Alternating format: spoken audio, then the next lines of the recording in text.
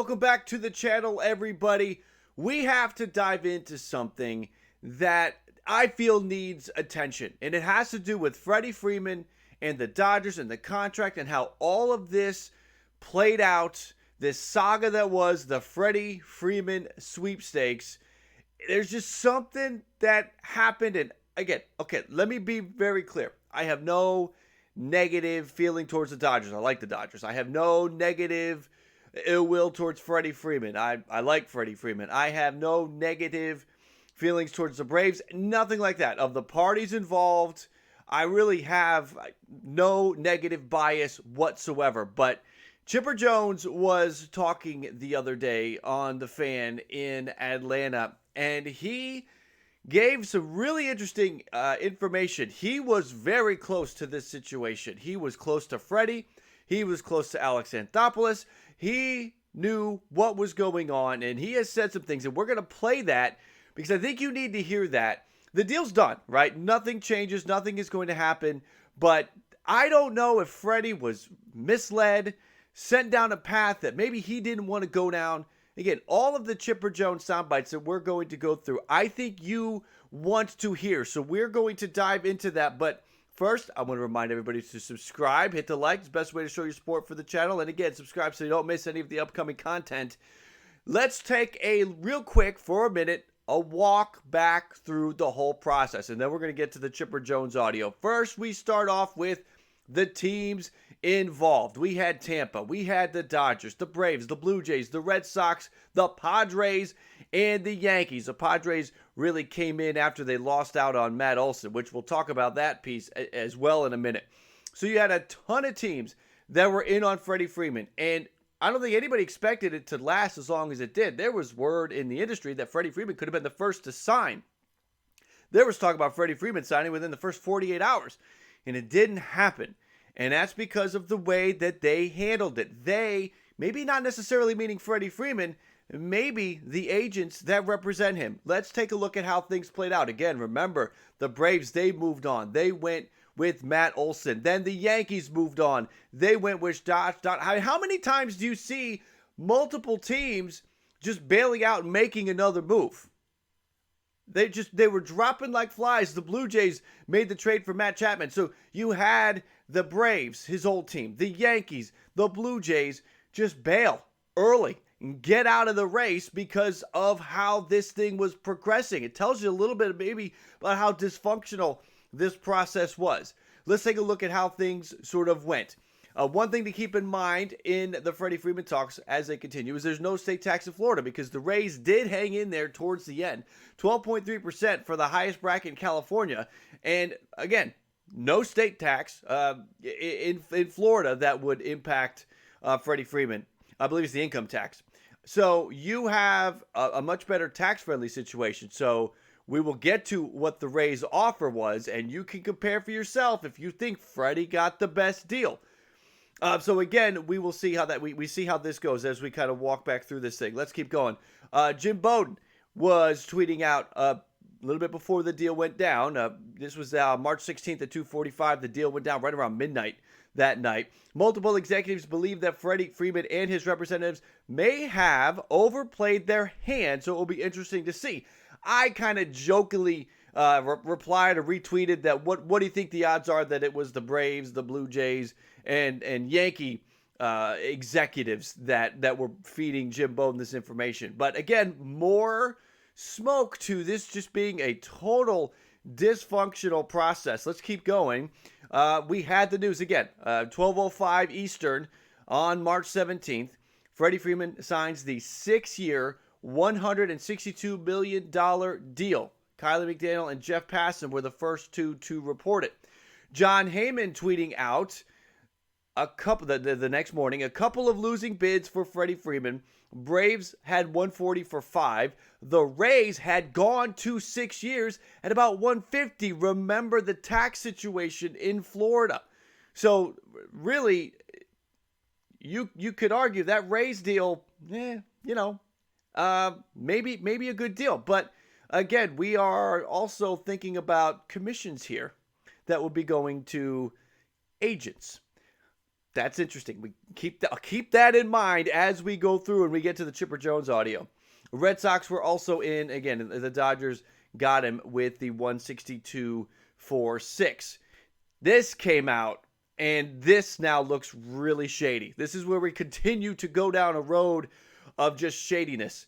There are about $57 million in deferrals to be paid out from 2028 to 2040 in Freddie Freeman's Dodgers contract, making it worth about $140 over 6 years. Now, when it comes to deferrals, I think some players care, some players don't. Obviously, in this situation, Freddie Freeman didn't care. He's okay getting money to all the way out to 2040. Some players want the money right up front, but Freddie Freeman is obviously okay with that. And in the end, I don't think it's the end of the world with the whole deferral thing. I know that teams will lose out on players if they do deferrals, but if the player's open to it, that is what it is. I don't really have too much of a major gripe there, but there's an extra wrinkle to this. And it's laid out here in this tweet from John Heyman, sort of outlining all of the deferrals. If traded, the deferrals that are left are voided. If Freddie Freeman gets traded in the last year of the contract, now I'm not saying the Dodgers are going to do this, but this would be a major snow job on Freddie Freeman. If this were to happen, they could get out from that $57 million in deferrals if they trade him, let's say, that final year. Who knows where the Dodgers are going to be in 6 years, if they maybe will need to trade him, if he will request. Fascinating that is the situation. I'm racking my brain to think about when was the last time we saw that much get deferred, bringing the AAV really down considerably, and it's all tied into if he gets traded, those are voided. Max Scherzer's got deferrals. He gets traded. He keeps the money. Steven Strasburg keeps the money if he gets traded. Amazing. I'm racking my brain. I don't think I've ever seen this before. What is this agent? What is happening? So I don't like this at all, and you can't like this.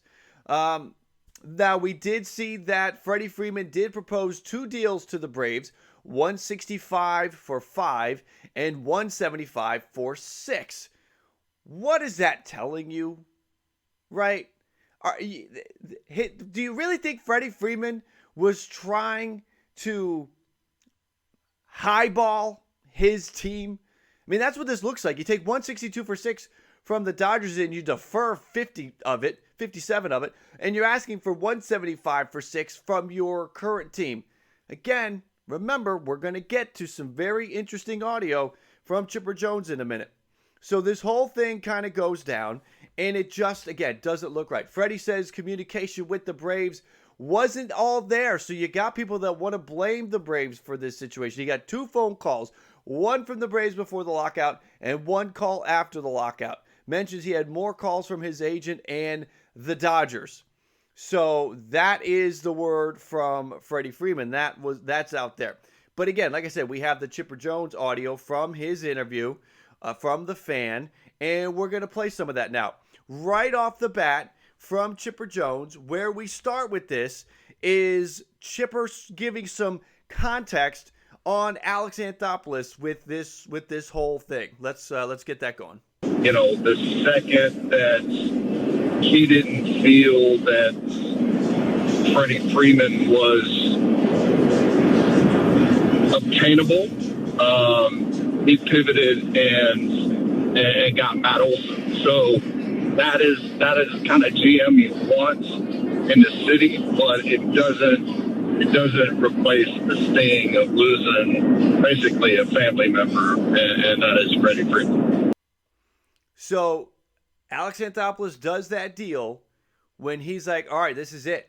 I mean, it sort of started, right? Because you had the Yankees, the Freeman, the Matt Chapman, the Yankees, the Blue Jays, and the Braves all kind of got out relatively close to one another. It just looked like this, again, we're going to get deeper into this. Teams just sort of looked at this thing as like, this is a shit show. We got to move on. So let's talk. The next piece is the advice that Chipper was giving to Freddie. The grass isn't always greener on the other side. And I've told Freddie this, and I have no problem telling, everybody this, including Freddie. I do not agree with the way that this was handled on Freddie's side. If you want to play in Atlanta, then you play in Atlanta, okay? You maybe take a little less to be happy and play in a place that is comfortable to you. And the second that Freddie, told me when he rejected the 5 for 135 after the All-Star break, I told him, I said, you're playing a very dangerous game. You go out on the free agent market, you get courted by all the pretty girls that are on the block. Chances are you're not going to come back, and if you take your time waiting on that 6th year, maybe into January, Alex Anthopoulos has a job to do. He's got to put together a team, a roster. He's not going to wait on you, once they committed to not giving him the 6th year. I told him that. Good advice from Chipper Jones. I mean, we're going to continue going in this. Freddie thought he was going to be back. Just a personal one-on-one between Chipper and Freddie. We're getting some accounts of here. And Freddie, we're going to get deeper into this. Freddie thought he was going to be back. Chipper is giving him some good advice here. But again, as we're going to get deeper into this, this definitely was not Freddie's call. Let's keep going here. Now we're going to talk about Chipper on did Freddie think he was leaving? I just know that he was shocked that the Matt Olson trade went through. And, that's where he was at, So if that doesn't tell you that he was thinking that he was going to come back, then you're not listening. Freddie Freeman thought he was going to be back in Atlanta, and the trade was the first, surprising moment to him. Now, you be putting all the pieces together here. Freddie should have seen this coming. What we're hearing from Chipper, the advice that he's talking about, Freddie should have seen this coming. Let's keep going. Chipper now talking about the contract negotiation process. The fact of the matter is that I know what I felt talking to him, that he didn't feel like his career here in Atlanta was over. I mean, right? It's just, again, we're building up to what I think was ultimately the problem here. Now here is more from Chipper on the mindsets, and again, building up to what the problem is. I feel like there was some miscommunication, some lack of communication, and I'm pretty sure, having worked with Alex from, for the last 4 or 5 years, ever since he's been here and being a part of the front office, Alex was not the problem. Alex was not the problem. We're getting here, right? This is Freddie thinking he's going to be back. Alex, with Chipper's experience, Alex is not the problem.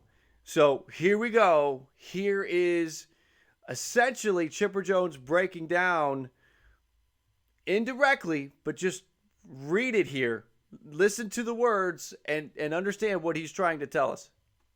This guy wanted to be here, and he wanted to play here, and he's not playing here anymore. And unfortunately, I feel like there's something behind the scenes that we're not getting the full story about. That was more on Freddie's mindset. That was Freddie's mindset, again, behind the scenes. Let's get to the next one again. This is Freddie telling us, just listen to it. He doesn't say it directly, but he's trying to tell us.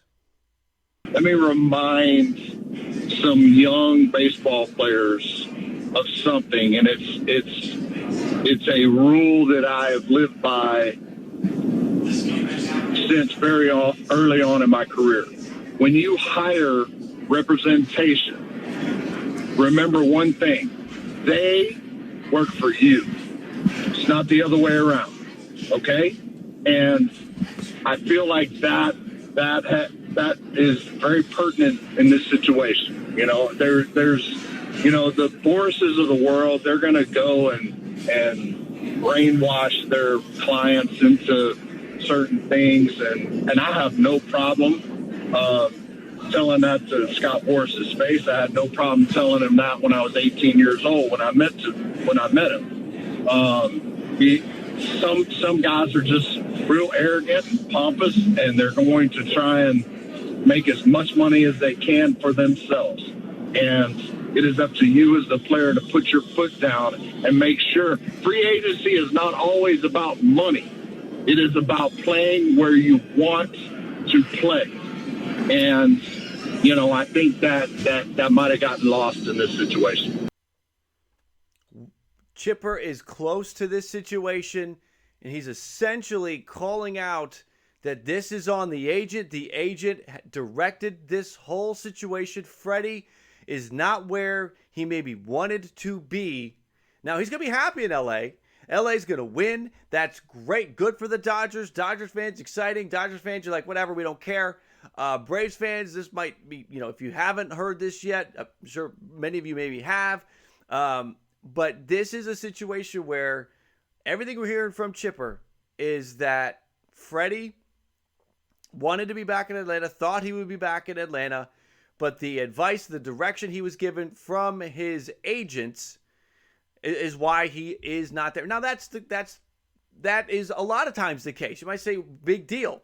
Well, the big deal is that Freddie wanted to be somewhere, and Chipper is obviously upset that it is because of the agent trying to get the most money the agent can get, that Freddie is not where Freddie necessarily maybe really wanted to be in his heart. And again, Larry Chipper was doing everything he could to try to talk Freddie into what was happening, the situation. We got one more clip, and it is Chipper, and he's talking about he knew that this trade was going down. So if he knew the trade was going down, he had to have told Freddie Freeman that this all was coming down, and it did not matter. Wasn't able to get it done. Again, let's do this final clip on Chipper talking about the trade. Oh, I was on the ends with everything that was going on with the trade, the extension. I mean, having BB as my best friend and my agent, BB and I maybe talk once every 10 days, 2 weeks. We've talked 50 times this week, so just wanted to be kept in the loop. I knew that something like this was going to come to fruition. Matt Olson is a guy from Atlanta. He's a guy who would love nothing more than to play in Atlanta, be, a part of this organization and be a part of the good thing that we have going now, here with the Braves organization. And,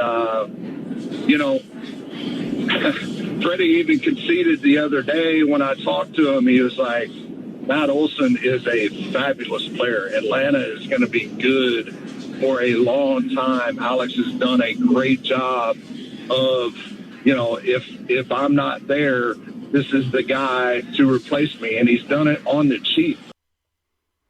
So all of that, again, to react to is the takeaway is that Chipper knew everything that was going on. He was on both sides of it. He was talking to Alex. He was talking to Freddie. He was trying to give Freddie advice, but the advice that he was giving Freddie, apparently, whether Freddie wasn't following it, Freddie was following the advice of his agent, and he didn't get into maybe the place he wanted to be. And we look back on this, when we look at this deal for the Dodgers, again, Dodgers, you got him, that's great, but is it the best deal for the player? Again, the deferred money that can be voided if he's traded. I'm not saying he's going to be traded. I think it's probably likely that he won't, but it's there. It's out there. He could. I don't understand how Freddie would accept that.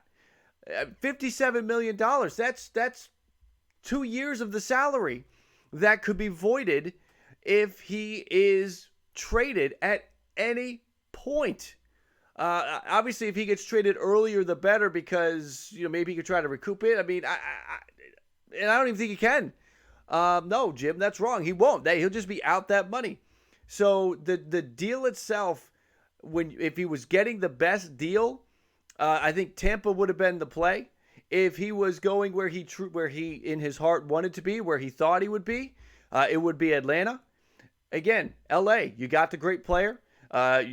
It's a lot of money, but at the end of the day, the way it all boils out, it's a good deal on the actual AAV here. So it's a weird situation. I don't like it, and I feel like, again, these words from Chipper Jones needs to get out. More people needs to hear it, because just something shady went on here. It all felt weird while we were living through it, when you had all these teams that were in, and then every 5 minutes there was a different favorite for Freddie Freeman, and then you got teams dropping out, making their moves, moving on. That tells you how the negotiation process was. So all of this is just, I don't like it. Again, I don't like the way it all played out. I think that in the end, Dodgers get a great player. The Braves are set up for years to come with Matt Olson. It works out. I just don't like the process. I don't like how this. I just don't like how it played out. If he ends up on the Dodgers in its better circumstances, then all good, clean, move on. No, whatever. Nothing to see here. But I just don't like the process. And that's where I'm at with this. Let me know what you think. Comment below. What is your feeling on the whole situation? I think that there's just something that doesn't smell right here from the agent, and it feels like this. Again, I get back to, I hate that how the Freddie Freeman contract is set up. That money that can be voided. That from all indications he's not where he maybe wanted to be. There was maybe you could argue the Tampa deal was a better deal. The whole thing, just there's too many ugly parts about this. But again, at the end of the day, Dodgers, you got him, you got your guy, and you're set up now, and it's going to work out great for you. And again, it is going to work out great for the Braves, because again, I am on record saying Matt Olson should have been the #1 target to begin with. I just don't like the process. The process kind of grosses me out. Anyway, let me know what you think. Comment below. I do appreciate everybody for spending some time with the channel. I will add some links to some of the other content that I have done recently for you to check out here now. Again, thank you for spending some time with the channel, and I appreciate you for watching the video.